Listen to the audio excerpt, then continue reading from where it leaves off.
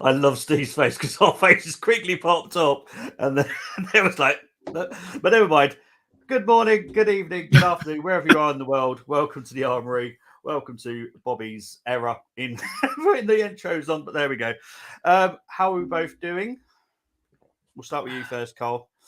Yeah, I've felt a bit better over the last 2-3 weeks or so because I've been off YouTube, haven't done any content due to personal issues, but I'm slowly getting back into the swing of things. So I hope everyone is doing well. And yeah, a little piece of advice, you know, if you have a mother, just call her, let her know that she's fine. That's what I say. 100%. Steve, how are we doing? Mate, same old, mate. Punting along, singing a song. You know, again, I haven't done much on YouTube either, but again, life is what it is. You got to make $1 to spend on bills and to survive and all that. And unfortunately, YouTube ain't paying them bills yet. You know, not yet. So got to be responsible and do the work. But apart from that, look, honestly, can't complain. You know, shits and giggles moments, bit of Arsenal here and there. But what do you do?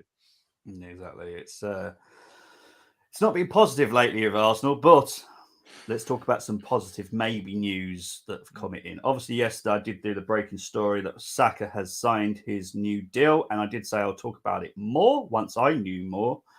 And I want to talk about facts, not fiction. Now, I know the lovely journalists out there love to have a little dig at the Arsenal, have a little dig at Saka, but the facts are he's not being paid £300,000 a week. He's being paid £195,000 as a base salary with bonuses that he can achieve, but they are earned, not just a given. It's not like if you go and take 2 corners, you're going to get £60,000 for that game. It's not like that. You have to score a certain amount of goals, assists, all this kind of stuff, win a cup. They're all different incentives that he can achieve and hopefully he will achieve. Now, we'll start with you, Cole. How do you feel about this news story for a start, anyway? Saka has pretty much carried this team on his back for like the last 3 years. So the contract is deserved. It's just a shame that a lot of people are turning around and saying, but he hasn't won anything in order for him to want that contract. But he has been our star man for the last 3 years. He deserves his money. The only thing I have a slight little issue with is let's just hope that he's not our version of Harry Kane, where he has a lot of money, gets a lot of goals, but unfortunately has got no end product to show for it. So I'm happy he's got his contract. It's just really awkward at times because us not winning the league, failing to win the league. I'm not going to say bottle it because I'll just trigger a lot of top gooners. But he deserves his money. He does deserve his money. But next season, you know, now we're putting him up into a higher standard. We're now putting you up to a higher regard now. You now need to go above and beyond in order for him to achieve. If he wins the Premier League, or for the love of God, he wins the Champions League, then guess what? That 300 grand is well and truly deserved. But we'll see what happens. But I'm glad he got his money. Fair enough. What about you, Steve? Look, it's a great deal. It's a great deal for Arsenal. This is good dollars and cents move. Think about it. A baseline of 195 for this guy? Come on now. That's good business for the club. Very good business. And then it's incentive-based to get you a 290 or 288 or whatever it may be. That is very good business.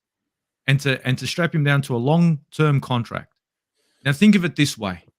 If things were to go bad and we were to sell Saka, we know we'd get good coin. And regardless of what he's won or hasn't won, end of the day, his performances, his contract is for his individual performance. How good you are. We know what the team can do, but we know what you do for the team. End of the day, unfortunately, when people look at contracts, he hasn't won anything, well, whoop-de-doo. Harry Kane hasn't won anything. You know, does it make him a rubbish player? No. It just makes him unlucky. It makes him want to have to move. Now, I'm not going to compare Harry Kane with Bukayo Saka, or Harry Kane coming to the end of his career, Bukayo Saka only just starting his career, really. But at the end of the day, I think Bukayo Saka deserved this contract. I think it's a very good move from the club. It's smart. It's a very good contract for the club and for the player. And I think at the same time, young and upcoming players that are coming out of our academy are going to look at Bukayo Saka and say, wait a minute, there is a light at the end of the tunnel. I could make it, and I could make it to 190 or 180,000 pound a week, and not the stupid kind of money that we have paid before in the 300s, 250s to 280s to some players who just didn't deserve it. Remember, we had Bellerin, we had Kolasinac, and we had Mustafi on some decent money, and they were doing bugger all. Now we've got ourselves a promising right winger, one of the best right wingers in the league, and he'd be in the top 4, and he's sitting on 190 or 188, and then plus bonuses. That's a very good contract from Arsenal. It's a very good move. Remember, his resale value would be through the roof. Yeah, 100%. I just want to quickly say big up to everyone. Daddy and the Don, big up, guys. Get your swear jar ready with the Aussie dude in the house. Oh, come on, mate. It's not that bad. Big up to my pod bro. Morning, gents. Big up to you and all in the chat. Big up to Luke. Hope you're doing well. The choice was either offer him this contract or sell him.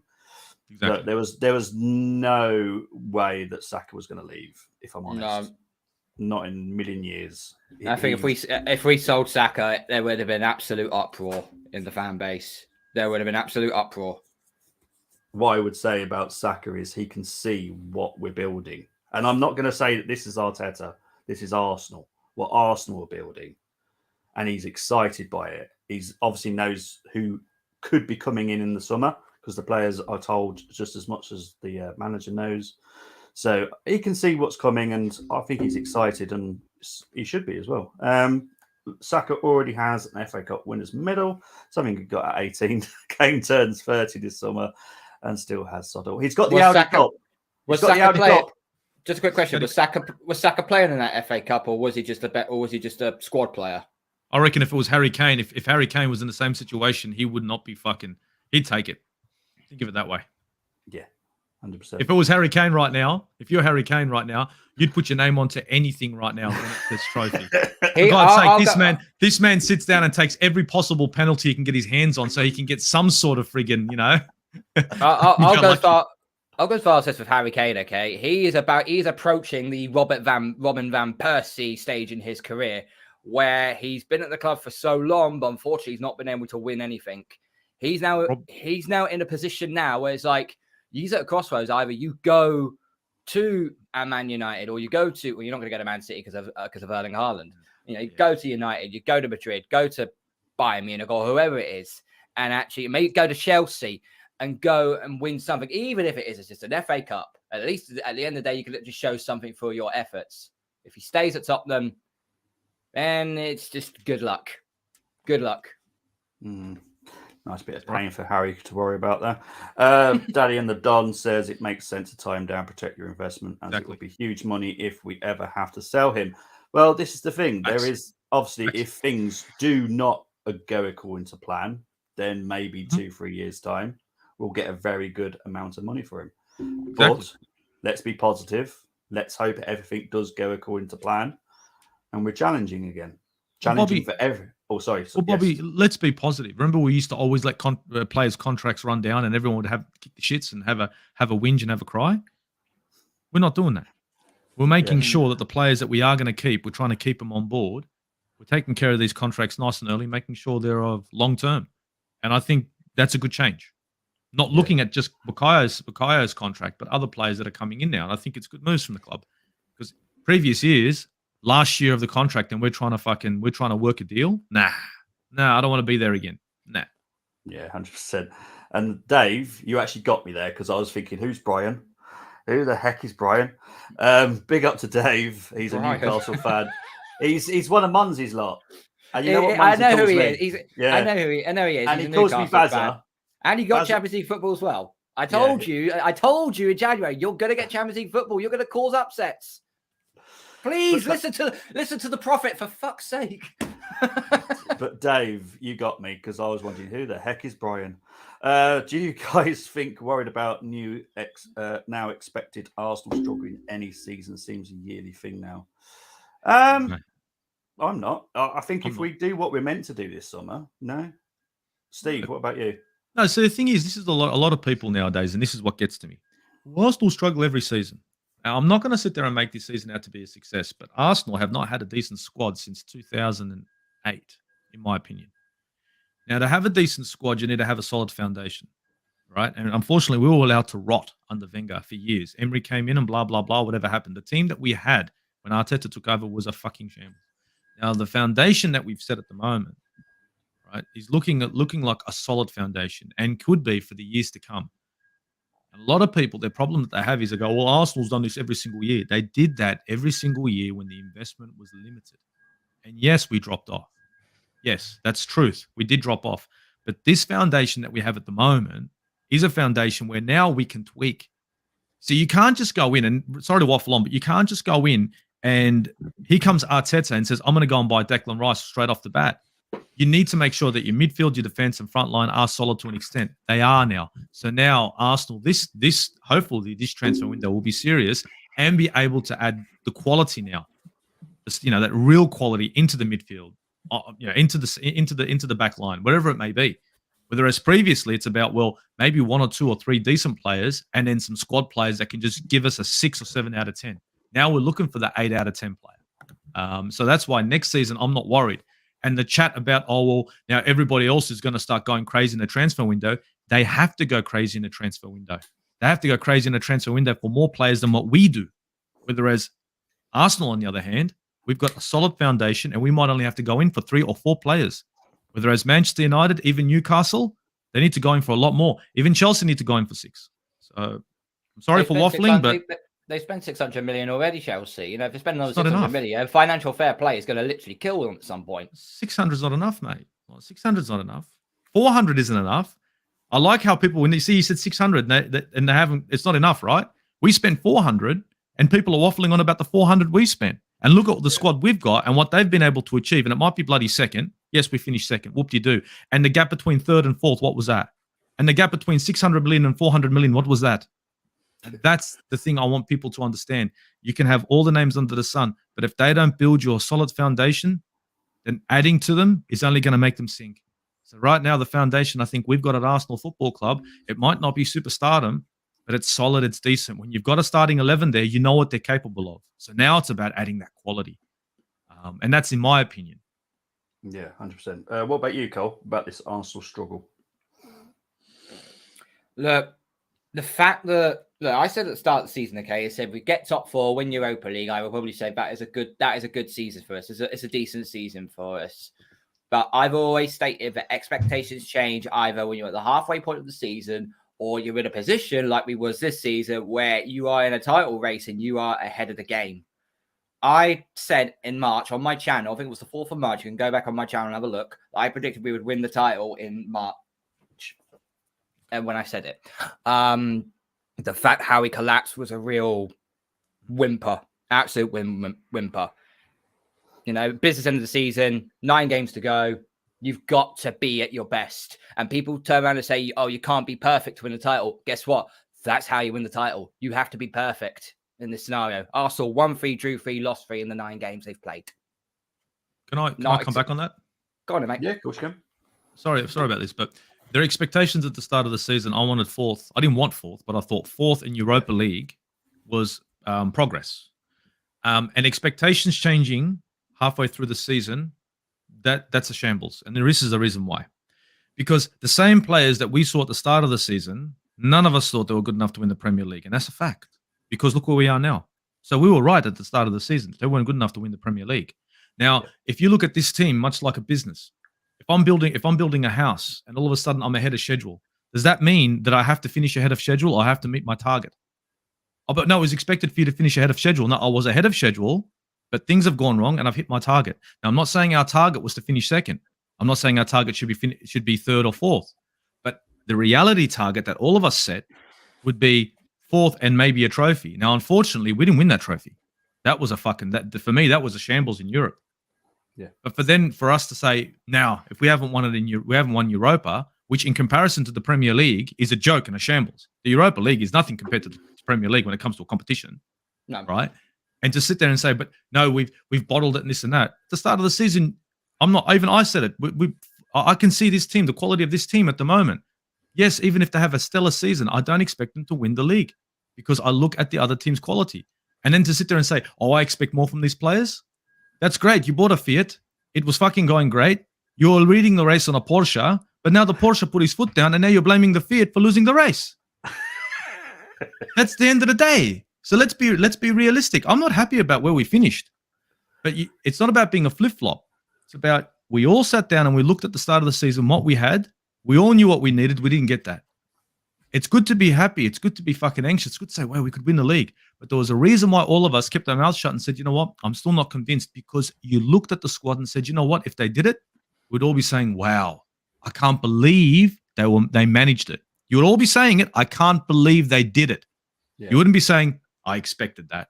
And that's a fact. Whereas City, they look at their team, a team that's built on a solid foundation and have been tweaking and adding quality for years. Those fans could sit there and say, I'm not surprised. Much like every other fan could say, I'm not surprised about City. Every fan would be surprised if Arsenal won the league. And there's a reason why. And that's the only thing when people stand and say, oh, but you guys should have won it. Why? At the start of the season, nobody put us out there to win it. Yes, we were in that position. Yes, they pushed. They went beyond. But we pushed as far as we could with the quality that we had. And yes, maybe their heads dropped. Maybe the quality wasn't there. Maybe the manager isn't good enough. These are all valid points. And these are the same points that we had at the start of the season, which made us all think we couldn't win the league. So I don't like this. Let's, move the goalposts bullshit. Remember, it's got to be realistic. Sorry, I don't mean to be a drag. And I'm not sitting there saying this is a success. I'm just calling it straight. No, you're right. I haven't said it once this season that we'd win it. Yes, you have. I promise I haven't. Even people have, Colm on FTSN has tried to get me to say it, but I just wouldn't, because I knew our quality wasn't there. Next season, I expect to go a little bit further than my expectations. So maybe pushing for the trophy, maybe pushing in the cups. I kind of expected better from the Europa League, if I'm honest, but I expect us better from the cups. I expect us better from the cups. Trust me, the cups. I don't even go on the cups one. I was fuming when we just threw them in the bin. We just threw them in the bin like that. Okay, we play Man City in the FA Cup, but do you know what? We played really well in that game, but unfortunately, one mistake and it cost us. But it's still, come on. I mean, this is the longest title drought Arsenal have been on all in their entire history. It's going to be nearly 20 years since we last won a league title. Call me impatient all you want, okay? But I saw this team jump the shark in 2011 when we fucking lost in humiliating fashion to Birmingham City in the League Cup final. That was the moment I saw us jump the shark. So pardon me if I sound very impatient about the situation, but I got brought up to support this team because of what we won and how we won. So if we don't win, so you were brought up to support this team, how we won and what we won.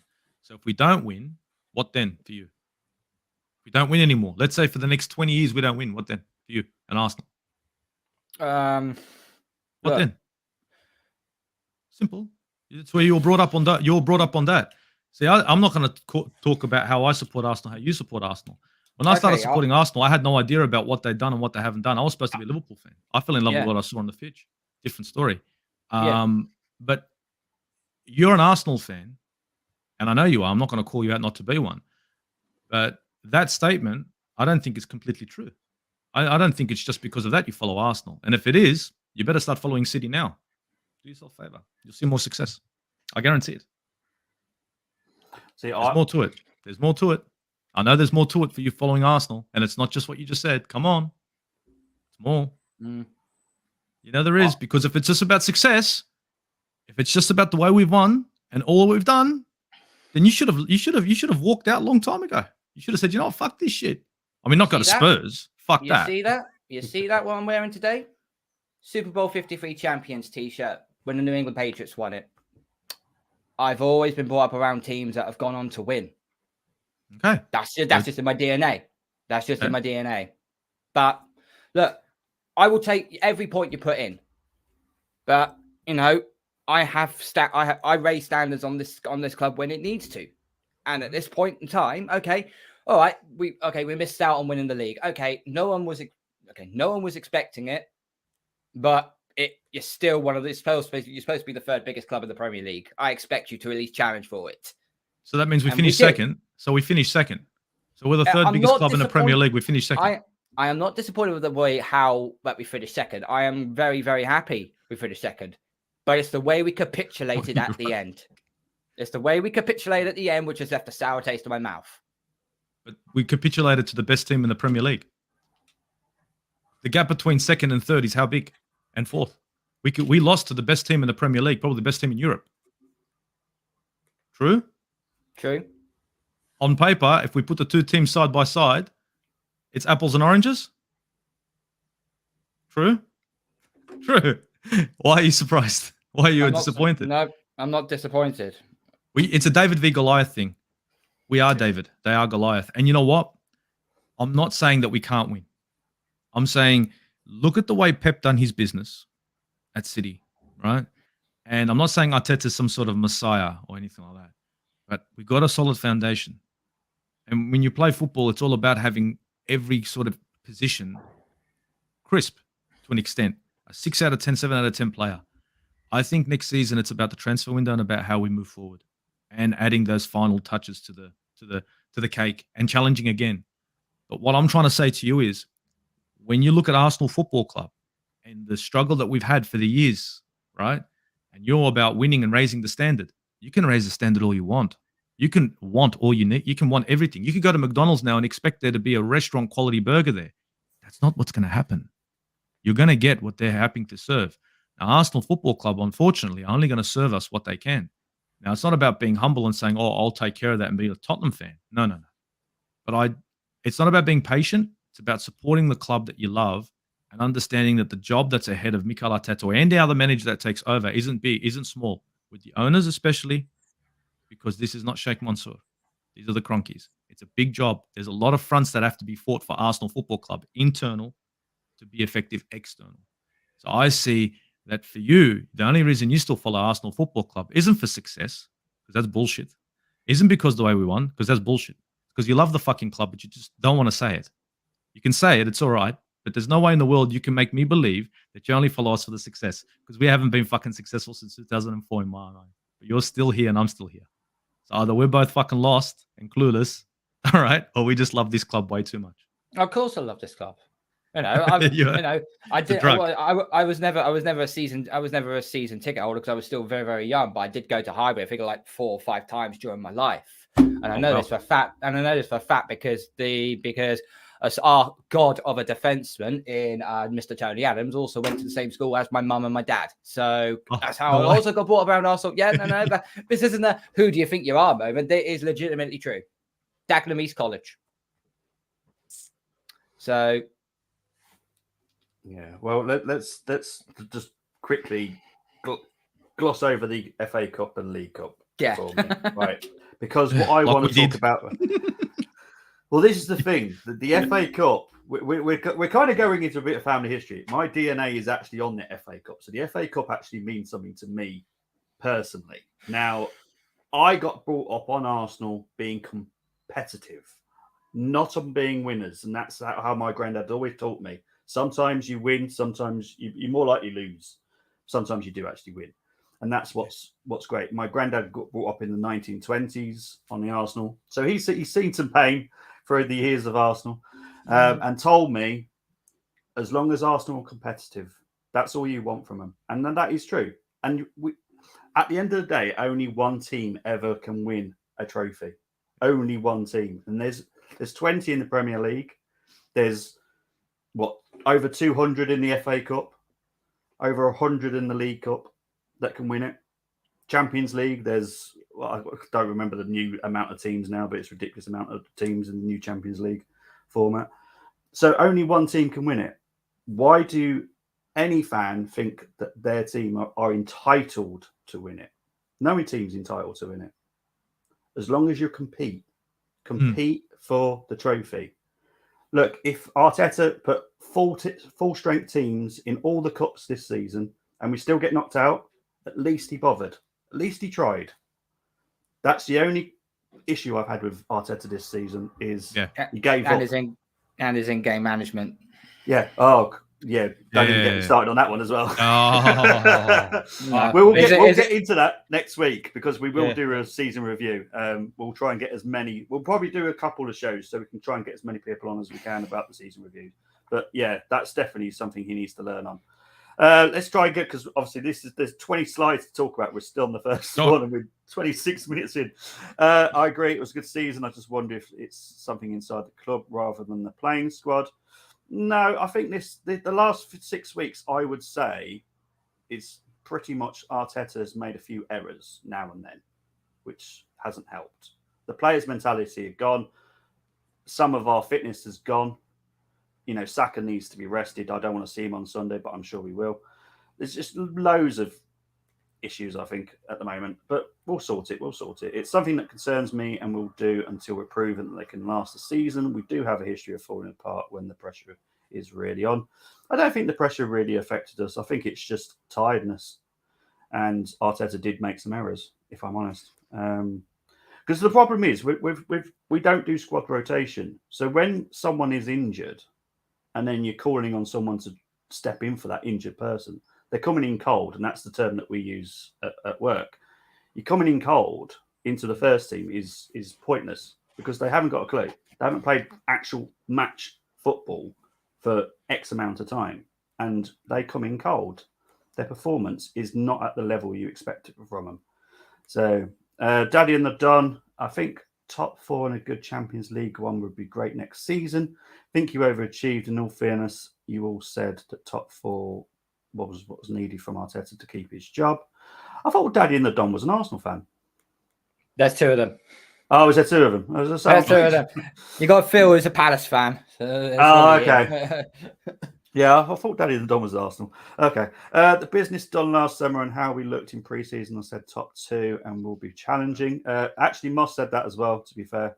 Moss said top 2. Good shout. Yeah, I didn't expect us to win it. I always thought City would win, but the way we've crumbled these past few weeks is very concerning for me. I was hoping we could at least I would have liked that, but, you know, second is second. Good afternoon, guys. What's news about Saliba? Is there anything on table to extend his contract? We're confident. We haven't got that as a slide today because there's no news since last week's, so I haven't put it in. But we're confident that he will sign a new deal. It's going to be a hefty deal. So if people have got an issue with Saka, you're going to have an issue with Saliba's deal. I guarantee that. I asked Cole and the other Gooners at the start of the season, 5th and Europa or top 4, and they all chose top 4, even though the other option gave me the Champions League and a trophy. We're not Tottenham, just so you know. Even City's second team has more experience than our first. I am disappointed, but the players that remain at the club will learn from this. Big up to Ryan. Hope you're doing well, mate. I supported Arsenal during a time when we had quality players but no consistency under Terry O'Neill and Don Howe. Then George Graham came back to the club. Yeah, exactly. And yeah, Brenny agrees with what I've said. I've supported Palace for 32 years and would give my right not. Oh, mate. Give that guy a fucking star or something. Give him something. Give him a drink. Oh, I love Shit. it. Well, this is the thing. Love that one. Now that is a fucking comment. This is where the Arsenal fan base kind of need a bit of realism, a little bit. There are people that support Rotherham United, Portsmouth, Southampton. What have they won? Nothing. I don't even remember some of their. I don't know enough about their history to when they last won something, but we were lucky enough to choose Arsenal, and none of us were forced to. I know there's jokes about dads tell their children to support whoever. Mm-hmm. My son supports whoever he wants, and that's exactly how it is. But we all choose who we support. Steve, you chose who you supported. Yeah. Yeah, I mean, I told everyone I was groomed to be a Liverpool fan. I saw Arsenal versus Liverpool at Highbury. I watched Ian Wright control one ball and score, and then I saw Andreas Limpar score from halfway, and I said, fuck Liverpool. I didn't say fuck Liverpool, but I thought it because if I said fuck it, I'd get bashed. So no, I didn't say fuck it back then, but I was like, fuck Liverpool. Did anyone hear me? It was one of those. And that's what it was, mate. So, you know? Yeah. And Cole, Were you forced to, or did you choose to support? He was Arsenal? forced. You say I was forced. Yeah, I'm not going to say I was forced. Look, my dad got me my first ever Arsenal shirt. It was the blue dark and light lightning one, which had the sponsor of JVC on it when I was about 5 or 6, I believe. And I still have that shirt up in the loft to this day. So yeah, that's how I became an Arsenal. Yeah, you could say it was forced on by my dad, but to be honest, 80% of my family were Arsenal fans, and the other 20% were West Ham. So I did have a choice in a way, and I went with Arsenal. I could have been a West Ham fan, but I decided no. Yeah, well, the facts of my family is either West Ham or Arsenal. There is no choice. Tottenham, and you're disowned. So simple as that. But no, all jokes aside, it's Arsenal or West Ham because it all means something to us. My granddad, who is half my family, lived outside Upton Park. My other granddad lived by Boreham Wood, so he used to go and watch the Arsenal women's. So it both clubs mean so much to the family either side of it. So it is what it is. Right now, Steve, I look at Arsenal the same way I do when all my kids piss me off. I just love Arsenal, but I don't want to see or hear them. Yeah, that's football. It's part of your family. It's a beautiful thing. And Brian loving what that guy said earlier. Here we go. Calm, give it up. I want Arteta to pay me out my winnings. My first game I ever went to was Sheffield Wednesday versus Coventry, but my grandparents were United fans and I also went to watch Donny. And he absolutely hates Wednesday. Just so you know, he is adamant he hates Sheffield Wednesday. So especially for him, I will be doing the Sheffield Wednesday Barnsley watch along the weekend, just to annoy him on his own channel as well. So there is a second club I actually do support because I went to go and see him play during the bank holidays and during the Easter holidays and Christmas and that was you do a lot of the conference. You do a lot of the Vanarama Conference League, don't you, Bobby? Yeah, So I also got to watch Dagenham Redbridge play. So that's always had that. I do recall getting absolutely wankered in 2010 when we won. I think it was the League Two playoff final against Rotherham. Danny Green in the top, putting in a free kick right in the top right hand bin. The whole place went freaking off. Yeah, that team's definitely taken a turn for the worse lately. Oh yeah, we have. It would surprise me if we get relegated next season. It wouldn't surprise me. Yeah, it's going to be an interesting season. The away stand is bigger than our entire fucking stadium. Other for home fans, but make it make sense. Yeah, exactly. Big up to Ryan again. I was born into a very heavy West Ham supporting family on my mum's side. But I went against the grain and saw sense and made Arsenal my team. Now, to be fair, West Ham have got some really good history as well. I will never have a dig at West Ham because I'm named after Bobby Moore for a reason. It's a beautiful thing. God, that game is it's like, I know, just to put, because Steve won't understand this, Barnsley and Sheffield Wednesday are both from Yorkshire. Colm is from Yorkshire and supports Donny.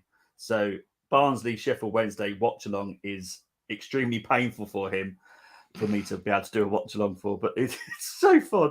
I love it. But yeah, let's move on to the next story because we've got like 19 still to do.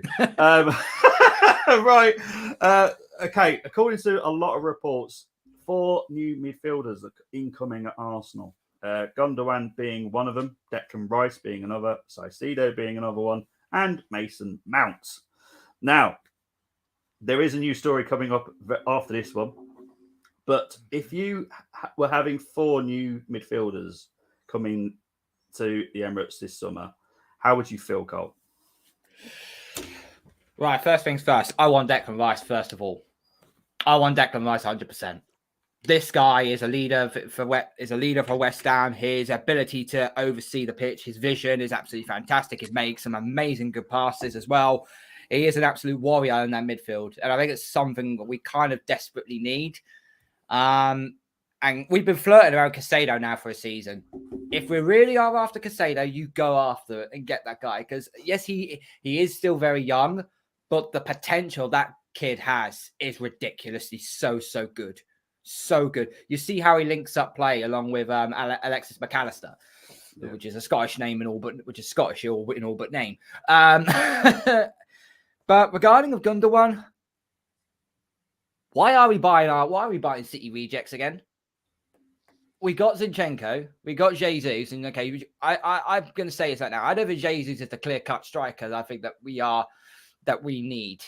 And as far as Zinchenko is concerned, going forward in his inverted role, he does very well and he does help the midfield. But defensively, he hurts us. Okay? I'm going to be very honest. I don't want to see another Man City player in the Arsenal squad that's going to get sent away. Cancelo is another one, which we'll probably get to in a minute or something. Yeah, we'll do. Yeah. Okay, why not Gundogan though? Because you're saying that he's a reject. He has had an amazing season this season, and to be fair, I've watched him since he was at Dortmund, and I've always loved him. I think he's absolutely fantastic. And to have him here, to have him for one season, let's just say it's the one season, I'd love it. Let me put it to you this way, okay? Because of the NFL team I support, what we do in our franchise as a business, the Patriots, is they sell a player a year early than a year too late. Because if you sell a player a year too late, you don't get the money that you want from him. And yes, okay, Gundogan is a free agent, okay? So he's there, but he's going to want a lot of money. He's going to want a lot of money to go to whoever it is. If we get him for just, even if it is just a season, he might be good as a rotational piece. But for him to, I'm just getting PTSD of how City just decided just to let go Jesus, let go Zinchenko to us, and they go and get Erling Haaland. They go and get a Kanji, who no one ever heard of him, but my God, he's been absolutely outstanding for City. It does concern me a little bit. But if Gundogan does come, I'm not going to be disappointed because I know what sort of quality he brings. But is he going to give us that quality over a space of the rest of his career, or is it just going to be a one-year wonder if he does come to us and then he tails off? Okay. Before I come to Steve, I just want to tell you that Gundogan is only on £140,000 a week, which is nothing at City, to be fair. So, Steve, if Gundogan was one of the ones that we signed, how would you feel about him? One of the ones, but we did sign. Now you're saying one of the ones that we signed. What are the other ones that we signed? Okay, well, we're definitely signing 2 midfielders, but there is a possibility we could get 4. But we'll get into why in the next slide in a minute. Okay. But yeah, so if Gundogan's one of them, are you happy? I'm neither happy or sad about the whole thing. I will be happy if I sign a quality number 8 and a quality number 6 and then Gundogan. Yes. Yeah. But if it means I sign Gundogan and a maybe and a possibly, no. So it depends on, because I need 2 midfielders for the starting line, not 1, 2. Yeah. Right. I need an 8 and a 6. And if Gundogan comes in and he can walk into an 8 or a 10 role off the bench, whatever, this and that, I'm fine with that. But I'm not happy about it if it's, look, we'll get Gundogan, he'll play 8, and we won't worry about Dex or we won't worry about Caicedo. I don't want Gundogan to be a band-aid solution in the starting 11. I want him to come off the bench. So yes, if he's off the bench. No, if he starts. At 32 years of age and a midfielder, at 32 years of age, these best years are there, not here. No, fair enough. Okay, quick rating. If we side Mason Mount, Caicedo, Rice, Gundogan, rate it out of 10. No. Fuck Mason Mount. No.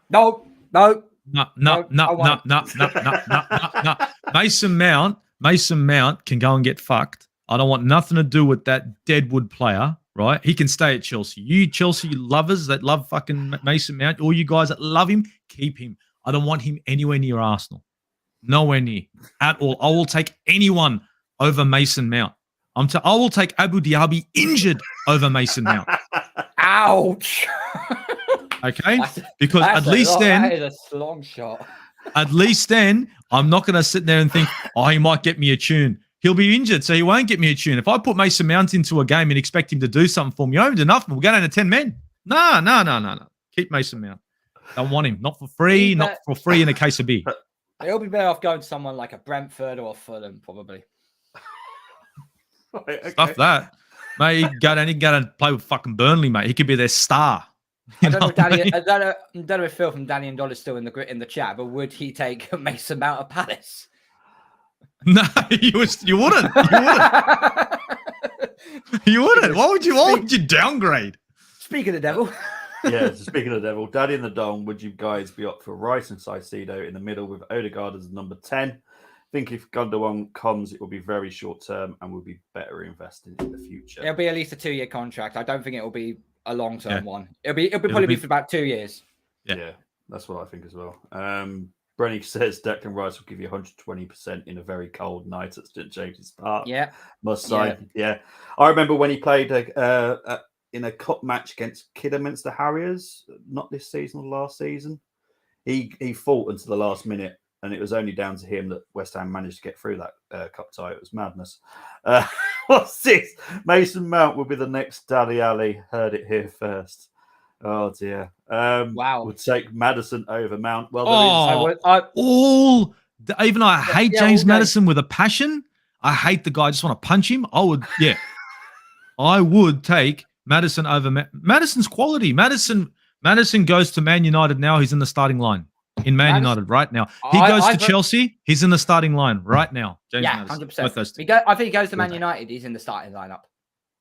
Chelsea as well. They don't have a really good 10. Yeah, well, we'll get into the paper talk in a minute, and Maddison is one of them. So positive or not negative. Right, open to the sale of Thomas Partey. Now, personally, I'm happy about this because honestly, there's many reasons why I want him gone, but yeah, I'll be happy. Steve, would you be happy if we sold Thomas Partey? After we make our starting line signings, yes and no. There's a yes and no to this. This is the reason why no is because I don't have depth off the bench. So let's say I say Caicedo comes in for Partey. All right, I've got a replacement. But now who comes in for Caicedo when it's a cup game or it's a Champions League game? So what I want to do is I want to say Caicedo comes in and Partey and Caicedo can fight for 6. Go for it. I'll make it like in a battle arena, Roman Empire, chains and all that kind of shit. They can go at it, mate, you know? And whoever comes out, gets to start. I know it's about recouping some cash, but if you haven't got a DM that can come off the bench and do business, then you can't get rid of Partey. You don't want to leave yourself thin. Thomas Partey dropped his head ever since Liverpool. Now, we didn't make the changes, whatever. I was screaming for it. And I know I was screaming for Jorginho, but Jorginho's getting older. You get what I'm saying? And I can't rely on Jorginho in the Champions League. But I can rely on him and Caicedo in the Champions League. That's a great pairing. I could have either one of them. If I want to end the game, I'll put these two in the middle of the park. Hey, forget it. What are you going to do? You're not going to be able to do shit. They're a brick wall. So I would not want to sell him if it means I'm not going to get a DM of decent quality to be able to back the number 6 that we buy. Does that make sense? It makes sense, yeah. What about you, Cole? Thomas Partey is injury prone. I don't know what happened to him. I literally don't know what happened to him. To the back end, his head's dropped. It sucks because he has been the main catalyst in that midfield to secure on the back line. I don't know what happened to him. I really don't. I would still keep Thomas Partey because I think on his day he can still be an absolute quality player. But we do need, but he's getting older. He's 30. Granit Xhaka's in his 30s as well. We need to start making this midfield more younger.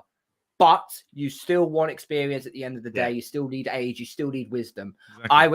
I would still keep Thomas Partey, but he needs to A, take a salary cut, and B, he needs to accept that you're going to be nothing more than an impact player. Whether you come off the bench or you're going to play in the cups, if you're going to start competing for the League Cup and the FA Cup, when you need to turn around, especially if we go deep in the Champions League, that's still to be decided. Yeah. You're going to need that sort of player to come in to actually steady the ship. Partey can do that, okay? But he needs to accept that, A, he's not going to be in the starting 11, but he's going to be a rotational piece. If he accepts that, I'll happily keep him. Fair enough. Big up to Bargav. Hope you're doing well. I have to question, why have people got a problem with Ian Wright doing the stuff for the Arsenal. I don't get it. Ian Wright clearly supports Arsenal, loves the Arsenal. He's got character.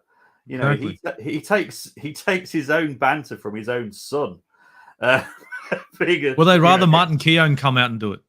Yeah, it'll be just dry. I don't want to see no You've got one. a new kid out. I don't You better see buy no it. one do it. I don't want to see no one do it. We're a PR fucking disaster. I don't like it. You know, just announce. You know, there's going to be a new shirt coming. It's going to be at the Armoury shop. Don't make it all like it's a freaking big deal. It's not a big deal. It really isn't. It's a new home shirt. Just announce it and just say it's in the Armoury shop. If you want it, want it. If you don't want it, don't worry. But they have to portray it in a way like it's a Salvador Dali painting or something. I don't know. It's just it's just crazy. It is just crazy, Mate, and it's marketing. quite ironic. It's marketing, mate. It's marketing. It's going to happen. We're so good with marketing. KFC settings. You know what I mean? Anyway, It is Exactly, KFC. Bargo saying maybe has one more year left. If Yeah. that. I love Party, but the way he is shut down like a Borg from Star Trek is so bad. I would keep him. Need his experience next season. I'm going to disagree with you. I want him gone. I'll be honest, but I know more stuff about him, so we'll move on from it. Are you concerned? Are you concerned by these charges? Yeah. Right. Let's just put we can't talk about the charges on stream because we don't know about the. I just know enough about him to say. I just find it quite funny that every time one of these allegations comes out, it's during the international break, never during the season. It comes out during the international break. The tabloids have got fuck all to talk about, so they want to drive up. They want to drive up something. So innocent. So I say innocent until proven guilty. Until we get 100%. Some evidence, then bin him. If he does what he's done, then bin him. I burn your contract and we're letting you go. Don't care about money. We're just going to let you go. Go to jail. Simple as. But if he's innocent, keep him. Nothing. Fair enough. Right, let's move on to the next one. Benjamin White to agree new contract this summer. His contract runs out now. I have got it on here. It is, where is he? 2026. So it's going to be an improved terms. Maybe not necessarily a longer contract, maybe just an extra year, maybe. Quickly answered. Are you going to be happy if Benjamin White gets a new contract? He is on 120,000 right now, just so everyone's aware. Look, if he gets a new contract and we extend for another year, but it's not crazy coin because it's not like he has phenomenal. So I don't want him to go from 120 to 160 in a heartbeat. Yeah. You know what I mean? I don't like that. If you went from 120 to 140, I'd say fair shout. For a player who's moved from centre back to right back and it's pretty much made this position, I'd say okay.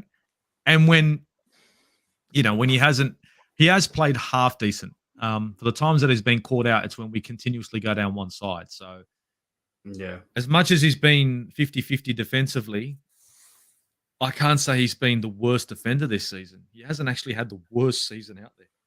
Even when he's focused on, even when they keep trying to go to the right, he still manages to shut it down with Saliba. So yeah. Yeah. Cole, what about you? 20K. Look, Ben White, I think he's had a bit of a bounce back season, could we say? Him moving to right back and has done very, very well. But there has been times where he has been dusted. The Brighton game when Matoma just literally sent him for a donut every time, it really does concern me. He's not a proper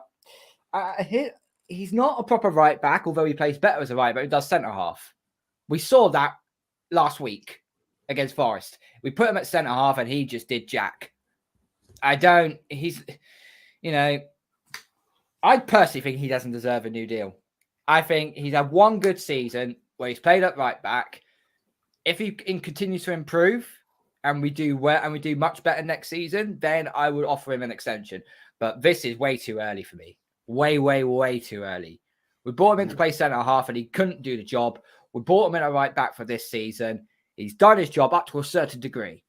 He doesn't deserve a new contract. Maybe next season, but certainly not this season.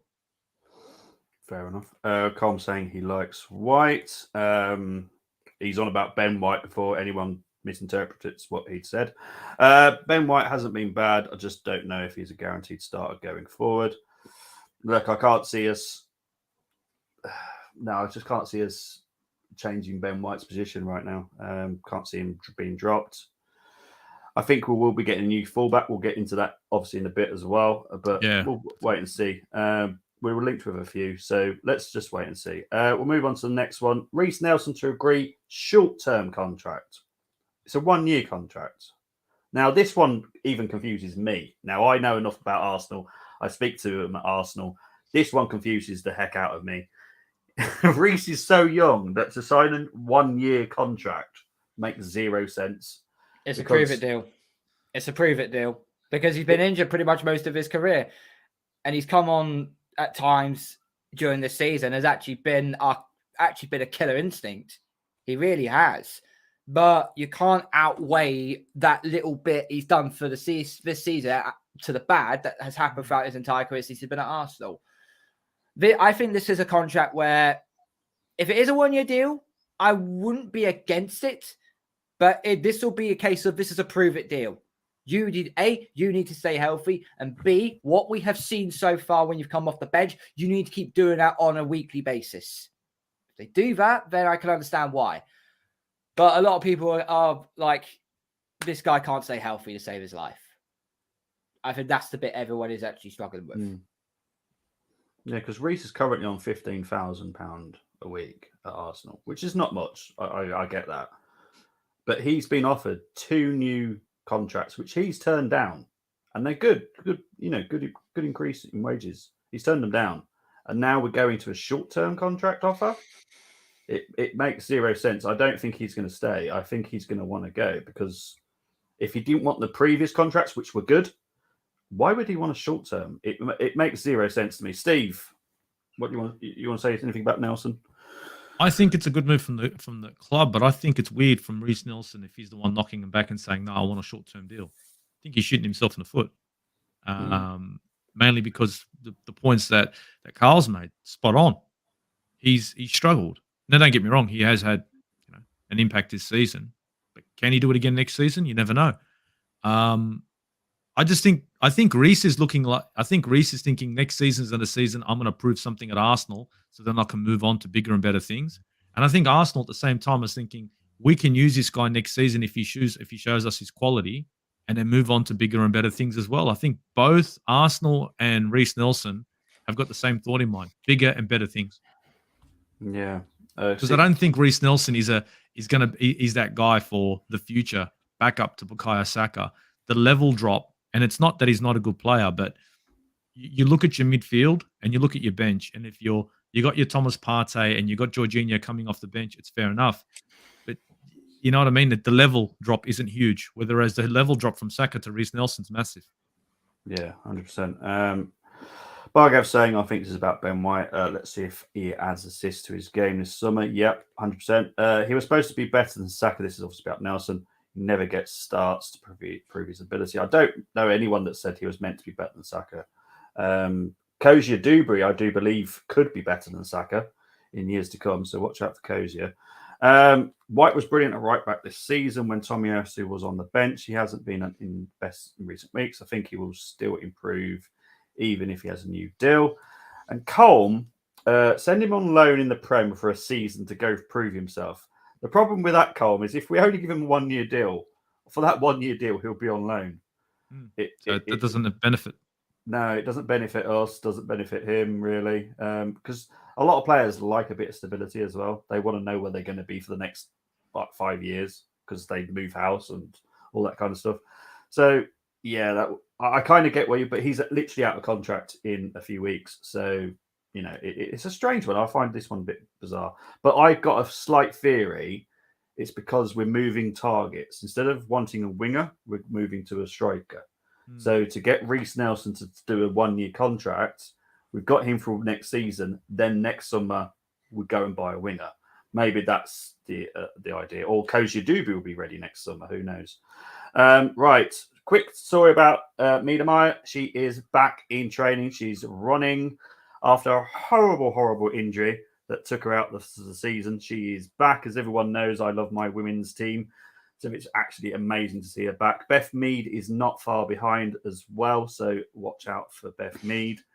But yeah, I'm excited about Arsenal ladies next season because I think the reason that we haven't done as well as we would like this season is being down to injuries, let's be honest. Academy-wise, Nelson Miles better. Oh, we got to be careful about this academy stuff. This is the problem. We have a lot of hot prospects in the academy. Me and James will do a stream on it in a couple of weeks' time. Now, some of our youngsters can quickly do a very quick like that, and then all of a sudden go plateau very quick. You want the ones that go slow progress. That's the ones you want to watch out for. That's where Koji Dubry has done the slow progress. Some of them just look amazing. All of a sudden, they've just taken a massive drop off. And that, for me, is Nelson. Nelson was really quick and then just plateaued out. So, yeah, we have to be very careful with the academy. It's just how some players develop at that age. It's mad. Right. Quickly talking about Brooke Norton-Cuffy. Obviously, he was meant to go to the under-20s World Cup in Argentina, I believe it is. Is that where it is? Argentina. But because he's obviously Coventry have made it to the playoff finals, he doesn't have to leave until the day after the final. So this weekend, as much as I would love Chelsea fans to have to go through that away gate at Kenilworth Road, big up to Coventry this weekend. I said it to my partner who doesn't really like football, but even she laughed because she found it hilarious to imagine these big, rich Chelsea fans having to walk through someone's garden to go and watch Chelsea play Luton. Even them found it funny. So seeing some 60-year-old woman's washing hanging up on the line or something. Exactly. I absolutely streaming it live on Instagram with washing everywhere. Have you seen it? Have you seen the Kenilworth Road entrance? No, I haven't actually. No. You need to look at. You need to check it out. Well, I'll show you. I'll share a video in a bit in the our WhatsApp. It's hilarious, honestly. Just imagine the Chelsea rich fans and just I love it. It's just, but yeah, good luck to Coventry. Quickly, big up to Miles Lewis Kelly, scored against Netherlands the other day in the under-17s. I think this is the European Championships. I think this is the Euros. It's all very confusing. World Cups, Europeans, but he's absolutely having a blinder. Scored an amazing goal the other day against Netherlands. So big up to Lewis Kelly. Hope you do well. Gio and Beth Mead have been caught showing the Arsenal kit off. It is beautiful. It is beautiful. It's the blend of the two. The ones that we like with the blue with the whatever you want to call it. I call it the flash symbol, but it definitely is. But that's my Comic-Con sadness coming through there. But it's a beautiful kit, and I can't wait to see it. As far as I know, there's a gold Thunderbolt on the back, just below the neck. If that is the case, I have to get it because I feel like the Flash Gordon then. I'll be honest. But yeah, big up to Gio and Beth for being absolute plonkers on Instagram. But, you know, it does look amazing. So I can't wait to see it. Also, our 8th and final piece of artwork has been unveiled at the Emirates. It involves fans from all over the world, big people. It even includes David Rocastle's daughter. She's on there. There's a few peer podcasters, which they've all been bigging themselves up on Twitter about it. But actual proper fans as well. And that's what I like. I think there's 716 fans on there in total. Absolutely beautiful thing for the Arsenal to do. So big up to the Arsenal. And, we don't want to get into paper talk just yet. I've just given one away there. Big up to Cole. Doing the same thing as the girls, mate. Fucking hell, mate. I know. A lot of people won't actually know who he is, so that's all good. AWFC next season will make it a good season. Being watching it, yeah. Honestly, this season has been brilliant. Absolutely fantastic. It's been the widest race for the WSL it has been for years. Chelsea, United, City, Arsenal, all in the race. The women's game has come on leaps and bounds so much. I mean, you only have to look at. I mean, I watched the women's Euros. What was it? 2 years ago now. It was 2 years ago, and it was actually amazing. It was actually really, really good to watch. Really, really good to watch. and you can see it slowly building. And this year, we got to witness, obviously, semi-final in the Champions League for us. The Emirates sold out for a ladies' game. That is unbelievable stuff. That's how you grow that part of the sport even more. So well done. Well done to all the women footballers who are doing this, because you're now bringing your voice out, and you are really, really making a big, big difference. And especially the fans as well, because the fans are starting to embed in that as well. So absolutely fantastic work. Yeah, and my granddad was the reason that I support the Arsenal ladies, because he used to take me to watch the ladies, and he said anything to do with Arsenal you should support. And this is where Tony does say in the WhatsApp group, in our WhatsApp group, support the club, not just one part of it, which is the men's team. Under 21s, under 19s, under 18s, whatever, women's, support them, because it's the Arsenal. You support you're an Arsenal fan. You don't say you're an Arsenal man's fan, do you? No one does. No one says I support Arsenal men's. You support the Arsenal. It's just what my granddad taught me. And my granddad was a very wise man. So if my granddad tells me it, you listen to it. Right, let's get into paper talk. Now, a lot of people are not going to know this guy, and that's absolutely fine. There's going to be a few players that people will not know, and that's absolutely fine. The first link, and it's a brand new one, come out today, eyeing up the Brighton target David Fratesi from Sassuolo. He is a defensive midfielder and stroke midfielder. He's played 36 games this season for Sassuolo. I think he scored about 7 or 8 goals. He's 23. It'll cost about 30 million. Now, Steve, do you know anything about this guy? No, I'll be honest. That's absolutely fine. No, it's fine. I don't expect people to know every single player that I talk about today. Cole, what about you, mate? No, the diddly squat, mate. No, that's fine. Well, this guy, he's all right. He's See, the problem is Brighton are trying to sign him to replace Caicedo. Yeah, so we'll wait and see. But I don't think this is a real possibility. But he is a good player, so I'd be fine if he does come. Now, considering a move for James Maddison in the summer, I think this is more of a case of if they go down. I think they will. And it's also, now this is where people have got to prepare themselves. I did warn you a few weeks ago, prepare for people to leave that we don't want to leave. Smith Rowe replacement. Now, Smith Rowe hasn't got to the standard that we expect, I don't think, at Arsenal Football Club. And Maddison coming in for Smith Rowe would be quite a good replacement, to be fair. Steve, do you know much about James Maddison? Do you know him at all? Have you ever seen him? Well, I hate this guy with a passion, you see. And the reason why is I just hate his face.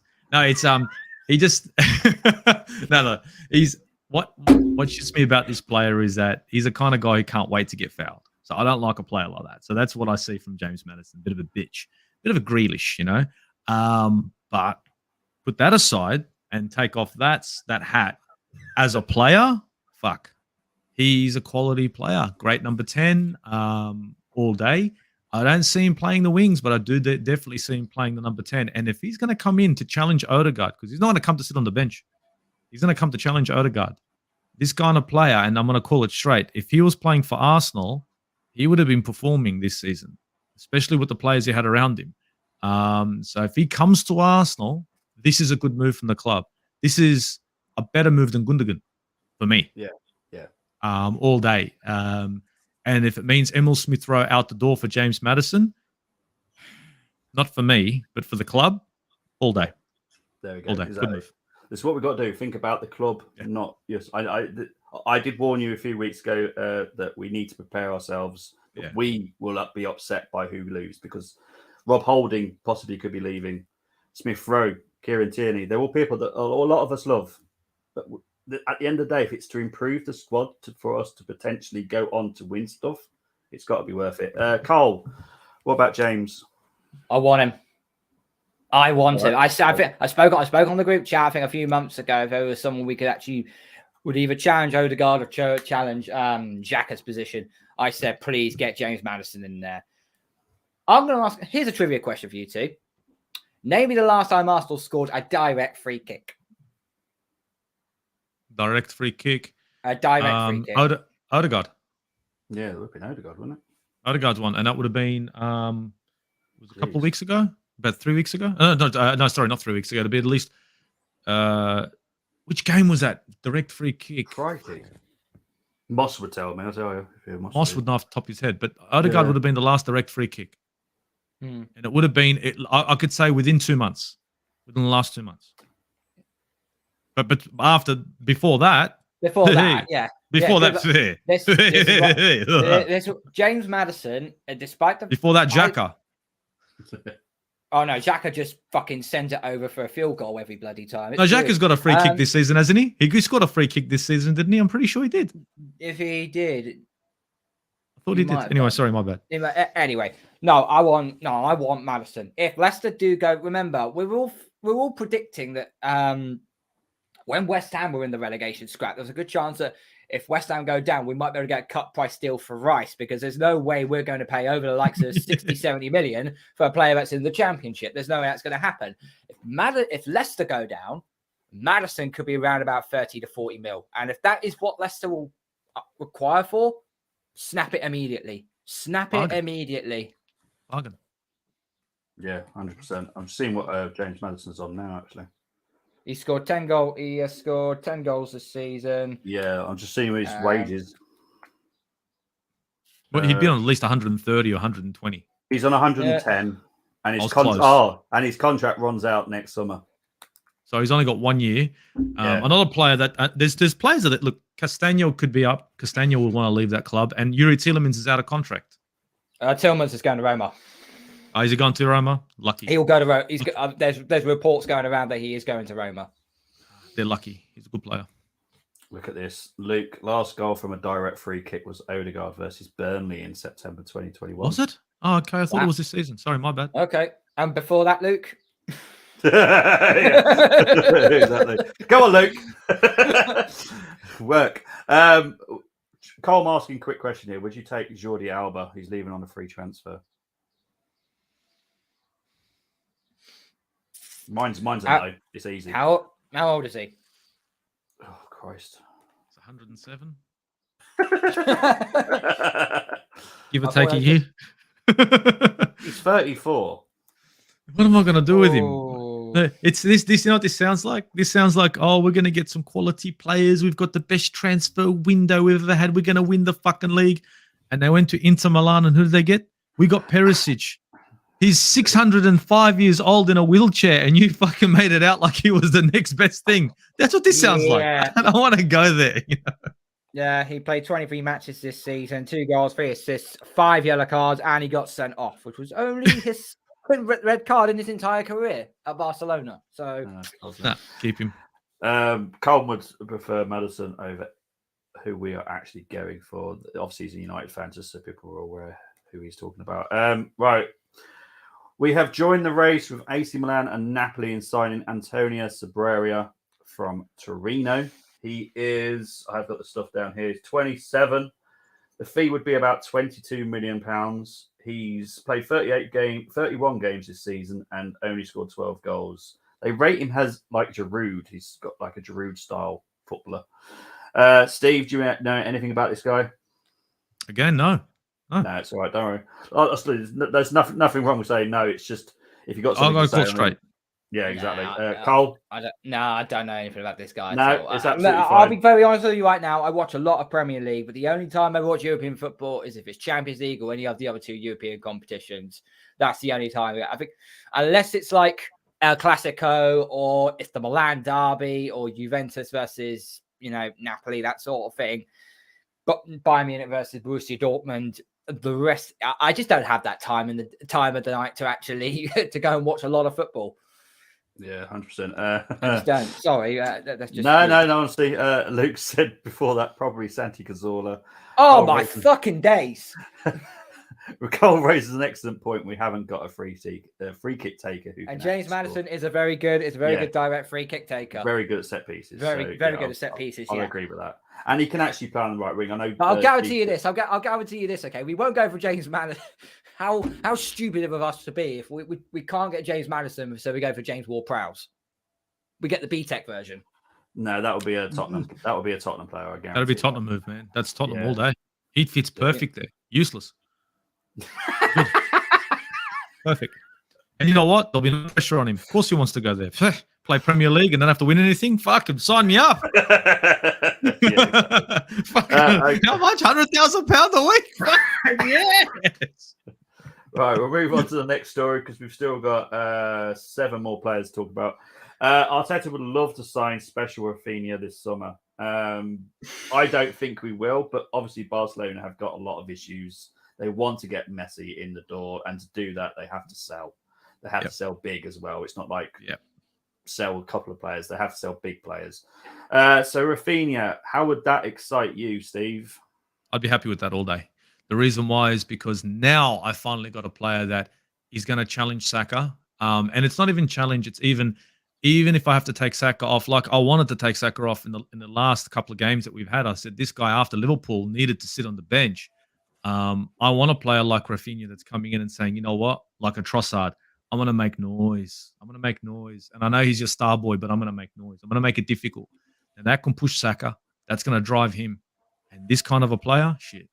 You know the quality he brings. You know what I mean? Yeah. It just depends on the money we've got available to us in the transfer window and the players that we're going to get in, because our midfield at the moment is bare. And this is the kind of player that you sign when everything's looking good and you say, you know what? Give me that too. I'll have me one of those. Even though, after you've had your meal, this would be dessert. So very happy for this to happen, but not happy for this to happen if it means my midfield's going to be a bit weak. I can't have that. Yeah, 100%. Cole, what about you? Sorry, I was just checking. My hamster was still spinning in its wheel, which probably leads to Rafinha, because we've been chasing after this guy for the last 2 seasons now? Yeah. And we at not what point did we didn't even get him? So now we're going back in for third time lucky now. Look, would I have Rafinha at Arsenal? Yes, I would have Rafinha, and we need competition for Saka, and I think it would be very good competition for Saka. But this is the 3rd time now we've gone and chased after Rafinha. If this club's got to show any ambition actually getting the players it actually needs, you have to go out and fork the money out for them. I mean, what are Barcelona asking for Rafinha? They will accept around 50 to 60 million. Which is nearly what they paid. Yeah. Pretty much what they pay for Leeds. But Leeds have done fuck all with that money ever since. I would take Rafinha. It's competition for Saka. And I think it'll be a good piece. But if you're gonna go after him, just get the guy. Just get the guy. Don't fannying around with it until the end of the bloody transfer window, because that just does my head in. Just get it over and done with. Get him in pre-season. Get him accustomed to the style of play that we have, which probably ain't that much more different to Barcelona anyway. But it'd be easy. It'll be easy. So just get it done. Just get it done. Luke's saying Rafinha would be awesome, but he's at extreme club. I think he would have to be pulled out kicking and screaming. I think that's true. Will be will be happening. He has to. Barcelona have to. Yeah, well, they have to sell a lot of players, and rightly so, because they've hashed up their books and all sorts. So yeah, they have to sell. So we'll wait and see. Colin would consider Rafinha as a luxury flair player. I think they are more important positions Arsenal should sort out before going for him. Well, this is the thing. Yeah, that's true. We are after at least 6 players this summer. Midfielders being the main priority, but a winger dash forward is a priority as well to Arsenal, and a left back or full back type player, and maybe a centre back as well. So I think we will be very proactive this summer. We've got £200 million we can spend straight away. Then the rest of it we'll spend as we sell. So we've got people to sell. We need to sell them. I think Tierney's gone. I think that will be announced not far into when the season's ended, to be honest, that he's gone. But I reckon we can easily get 100 million in easy, and we'll spend that wisely, I'm sure. So, I don't see why we can't get 100 mil. We've got Tierney, you're talking Tierney, you're talking ESR. Yeah, there's some quality there. There's some quality. Balogun, Balogun as well. It's good to see Arsenal doing business now. Usually we wouldn't sell players. They'd move on for nothing, or we'd give them away. Now we're getting the business done. We're signing players up to longer contracts. We're doing the business. We're making sure we're cleaning up the house, and then we're getting rid of the garbage that we don't want. But we're trying to get something for it. The business side of things is looking a lot better than what it has in previous years, and that's going to be positive for the club going forward, making money a lot more available. I mean, £200 million is something that Arsenal could spend every season. The money that they generate, it's not a problem. That doesn't even jump into the Cronky's pocket. For them to say, go ahead and use that, we don't give a shit, that's fair enough. And then whatever you sell, go ahead. That's a lot of money. And if you can go into one transfer window, the early transfer window with 200 million, and then go into the second transfer window, January, with 100. I don't know, man. That looks serious to me. Yeah. I like what Luke's saying here. Why not sign a proper centre forward and have Jesus as competition for Saka? Do you know why I think that is? I think if we did get a proper centre forward like a Vlahovic from Juventus, maybe, Jesus will be competition for Martinelli. I think that's how it'll work. If we were supposed to go for Rafinha, I think that's how Jesus will probably end up playing competition for Martinelli. See, I think Jesus on the right would work just as well. So, give Saka a rest now and then. That'll be fine. But again, he can give Martinelli a rest. Jesus going on the left. So, we're being linked with, we've got Sanabria. There's another one coming up in a minute, another striker. So it's feasible. And that might make me understand why we're trying to sell Nelson onto a short-term deal. So have him for one more season, let him go next summer, maybe that's what it is. And Luke saying give Koji Dubry some minutes, 100%. Summer window officially opens June the 14th, just announced by the Premier League. Just announced, it was announced ages ago. But yeah, it is the 14th. So yeah, there'll be a lot of talk now.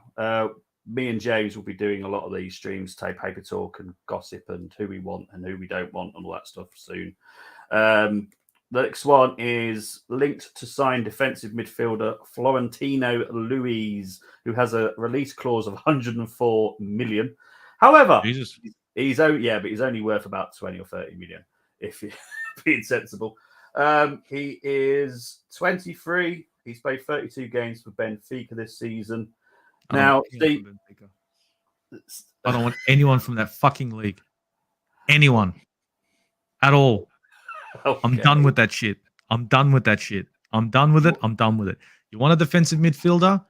I do watch Serie A, but that's only AC Milan. Go and knock on their door, get Tonali, and get it over and done with. He's young. He's a good defensive midfielder. He knows his job. He sits back and covers the defense. I want this shit.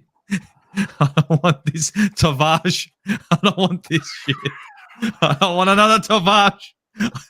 I saw what Liverpool did. I don't want none of this. It's all good. Thanks for the laughs. Benfica, I've got a £200 million release clause. Fucking hold on to it, mate. It's all good. Carl, what about I don't know about you, Carl. I don't know what you're thinking, but this feels very, very, very fucking scary to me. Why are you getting PTSD from players from the Portuguese league? I don't want nothing to do with it, dude. I know. Nuno Tavares is great going forward, and everyone talks about fucking. You were talking Zinchenko can't defend. This guy doesn't even know how to spell defend, right? And he's a fucking left back. He's a good defensive midfielder. I bet you he's a midfielder. You say defense, he says what? No. There's such a thing as defending in the Portuguese league, anyway. No. I don't know Florentino. I don't know him whatsoever. But £104 million release. Nah, keep it, mate. They're smart at it. They know how to make money. Oh yeah, it's a smart move. And there's only going to be one gullible team that probably go in for him, and it's probably Chelsea. But Liverpool have got a little bit more. They need midfielders. They're not going to pay 104. Probably them. No, they ain't going to pay 104 million release clause for this guy. I bet you. They're going to have a decent. I bet you $50 Australian dollars right now that the Florentino does not go to Liverpool. No, I'm not taking that bet. I'm not taking that. Brady Tonali. Yeah, I watch AC Milan and I'm watching it from the defensive line. I've been watching Tonali for a good season, and he's The thing is, like, defensive midfielders, they're not popular because what they do is it goes unnoticed, really unnoticed. Yeah. And he's a kind of player where they go, oh, look at his stats. Go watch him fucking play. Try and get fucking past him. He's a prick. The guy's aware. He knows how to cover his defender. He knows how to cover his wing back. And the other thing is he knows when to foul. When you got a player that, when you have to foul, he knows when to foul and how to. So it's like he fouled, but he got away with it. And it's like, you know what? It's a 50-50 and the referee's on his side. So I like that from him. And he's only young. I think he's like 22, 23 years old. And he's showing a lot of promise there. And we all know, when you're looking at defenders and defensive midfielders, Italians are not bad there. Yeah, 100%. I like Tonali.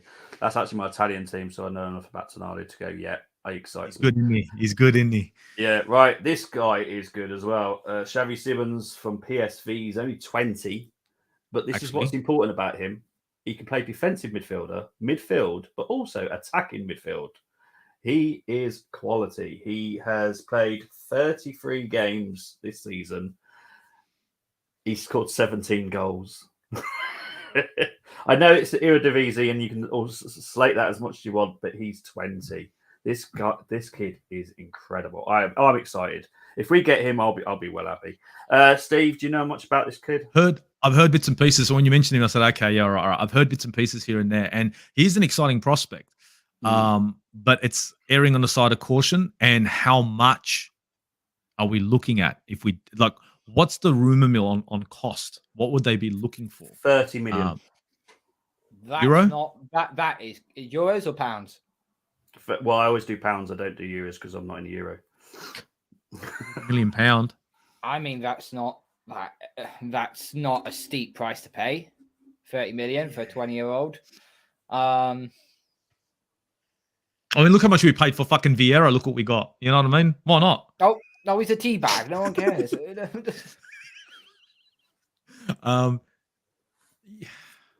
You know what? Again, yeah, I'd be interested.